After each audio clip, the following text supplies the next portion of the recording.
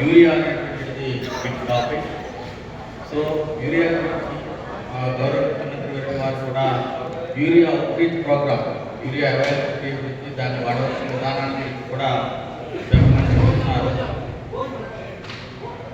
So మీ ద్వారా మేము కూడా చెప్తాను, ప్రయత్నించి చెప్పాల్సింది ఏంటంటే యూరియా చాలా ఎక్కువ వాడుతున్నాం.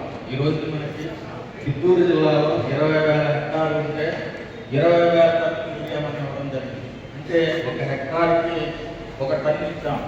ఇంత ఎక్కువ మనం ఇవ్వాలి. తక్కువ ఉంటే ఇదే టైంకి 45,000 హెక్టార్లు స్వయం జరిగితే ఈ టైంకి మనకి 20,000 హెక్టార్లే స్వయం జరిగింది.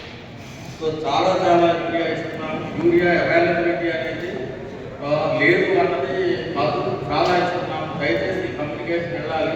సో చాలా ఎక్కువ వాడుతున్నారు. సో మనము మీ ద్వారా ఫారెస్ట్ ఇన్ఛార్జ్ ఉన్నారు కాబట్టి రైతులు తెలియజేయాల్సింది ఏంటంటే యూరియా ఎక్కువ వాడుతున్నాం. మన దగ్గర కానీ పర్టికులర్గా చూసుకున్నట్లయితే ఒక ఎకరానికి 1 ఎకరం పశుగ్రాసానికి 5 నుంచి 6 బస్తాలు వేస్తున్నారు. ఒక 15-20 సెంట్లకి 1 బస్తా వేస్తున్నారు. మళ్ళీ ఒక 15-20 రోజుల్లో ఆలోచన చేస్తే మళ్ళీ 1 బస్తా వేస్తున్నారు. అంటే యావరేజ్ 1 ఎకరానికి 4 నుంచి 5 బస్తాలు వేస్తున్నారు. ఇంత యూరియా వాడినటువంటి పశుగ్రాసం వచ్చినటువంటి పాలు కలిపి మనం తాగినట్లయితే క్యాన్సర్ వచ్చేటువంటి అవకాశం ఉంది. సో మనం ఒకేసారి మనం చెప్పడానికి లేదు, కొద్దిగా తగ్గించి ఎకరానికి కనీసం 2 బస్తాలు వేసేటట్టు మనం చూడాల్సినటువంటి అవసరం ఉంది. అదేవిధంగా ఈరోజు ఏంటంటే చాలా మార్పులు వస్తూ ఉంటాయి. గతంలో కనుక మనం చూసినట్లయితే అందరం కూడా ల్యాండ్ ఫోన్ వాడేవాడు. ఇప్పుడు ఈ రోజునే ఆండ్రాయిడ్ ఫోన్ వాడుతున్నాం. షిఫ్టింగ్ టెక్నాలజీ వాడినప్పుడు ఒకదానికి మనం మారాల్సినటువంటి అవసరం ఉంది. ఈ రోజుని 4th జనరేషన్ 4వ తరం సంబంధించినటువంటి ఎరువులు రావడం జరిగింది. అవే నాని యూరియా, నాని డిఎస్. ఒక 1/2 litre 500 ml Nani urea spray చేసినట్లయితే ఒక బస్తా 45 కేజీల బస్తా యూరియా వేసినట్లయితే దానికి దీనికి ఏ విధమైనటువంటి తేడా లేదు. కానీ పూలో నిలబడుతున్నాను కానీ ప్రతి చోట అందుబాటులో ఉన్నటువంటి నాని యూరియాని ఎవరు తీసుకోవట్లేదు. ఇది కూడా మీ ద్వారా ఆలోచన ఇన్ఛార్జ్లందరూ కూడా నాని యూరియాను వాడుతుందని చెప్పండి. ఒకేసారి చెప్తాం లేదు కాబట్టి ఒక 75% సాంప్రదాయ యూరియా, ఒక 25% నాని యూరియాను వాడించినట్లయితే షిఫ్టింగ్ జరుగుతుంది. ఈ విధమైనటువంటి మనకి ఇచ్చే సబ్సిడీలు కాదు, సాంకేతికపరమైనటువంటి సూచన వాళ్ళకి రీచ్ అయ్యి దాన్ని ఆచరించినట్లయితే చాలా మార్పు వస్తుంది. సో ఈ యూరియా అవుట్రీచ్ ప్రోగ్రామ్ అనేటువంటి ప్రతి ఆర్ఎస్పీ ఇన్ఛార్జి, ప్రతి ఎంప్లాయీ కూడా రైతుల దగ్గరికి తీసుకెళ్లాల్సిందిగా కోరుతున్నాను.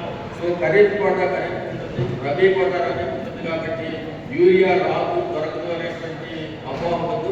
చాలా మంది ఇప్పుడు కూడా రేపు జిల్లా అంతా కూడా చిత్తూరు జిల్లా మొత్తం 2,200 టన్నుల యూరియాని డిస్ట్రిబ్యూట్ చేయడానికి భారీ ఎత్తున ప్లాన్ చేస్తాము. అంటే ఒక మండలం నుంచి ఇంకో మండలానికి రాకుండా ఈ విధంగా మనం ఒక గౌరవ కలెక్టర్ గారి ఆధ్వర్యంలో ఈ విధంగా మనం చేసుకుంటూ వెళ్తున్నాం. సో యూరియాకి ఏ విధమైనటువంటి ఇబ్బంది లేదని తెలియజేస్తున్నాం. తర్వాత మనం చూసుకున్నట్లయితే ఇప్పుడు మన స్టేట్లోనే 26 జిల్లాల్లో కుప్పం కాన్స్టిట్యున్సీని ఈ ప్రకృతి వ్యవసాయం చేయాల్సిన కాన్స్టిట్యున్సీగా గౌరవ ముఖ్యమంత్రి వారు డిక్లేర్ చేయడము, మనం స్టార్ట్ చేయడం కూడా జరిగింది. బట్ ఇక్కడ ఇంకా మనం మార్పు చెందాల్సినటువంటి అవసరం ఉంది. ఎంత యూరియా అంటే ఇచ్చిన కొద్దీ ఇంకా కావాలంటారు. దీన్ని తగ్గించి మనం ప్రకృతి వ్యవసాయానికి వెళ్ళాల్సినటువంటి అవసరం ఉంది. ముఖ్యంగా మనం ఏంటంటే ఇక్కడే కాదు, జిల్లాలో కూడా చాలా ఖాళీ భూములు ఉన్నాయి. ఈ రోజుని కుప్పం కాన్ఫరెన్స్లో చూసుకున్నట్లయితే 11,000 హెక్టార్ల సాగు భూమి ఉంటే 4,000 హెక్టార్లు మాత్రమే పడ్డాయి. అంటే సుమారు 9,000 హెక్టార్లు బంజరు భూమిగా ఉన్నారు. అటువంటి చోట ఈ ప్రకృతి వ్యవసాయం ద్వారా మనం 3 మాన్సూన్ డ్రై మిక్స్ ఇస్తాము. అంటే ఖరీఫ్ సీజన్ ముందు, రబీ సీజన్ ముందు రబీ డ్రై మిక్స్ ఇస్తాము. దానికి ఖరీఫ్ కట్టి తీసుకోవాల్సిందే. ప్రకృతి వ్యవసాయానికి సంబంధించి సాంకేతిక పరిజ్ఞానం ట్రాన్స్ఫర్ చేయడానికి సంబంధించి తప్ప ఏ విధమైనటువంటి సబ్సిడీలు లేవు. అవి కనుక మీరు వేసుకున్నట్లయితే దాంట్లో 20 నుంచి 30 రకాల విత్తనాలు ఉన్నాయి. మంచి గ్రాస్ వస్తుంది. దానికి ఏ విధమైనటువంటి యూరియా కూడా వాడాల్సిన లేదు. వీలైతే పంట కూడా తీసుకోవచ్చు. ఈ విధంగా ఖాళీ భూములు లెక్క పెట్టడం వల్ల ఏంటంటే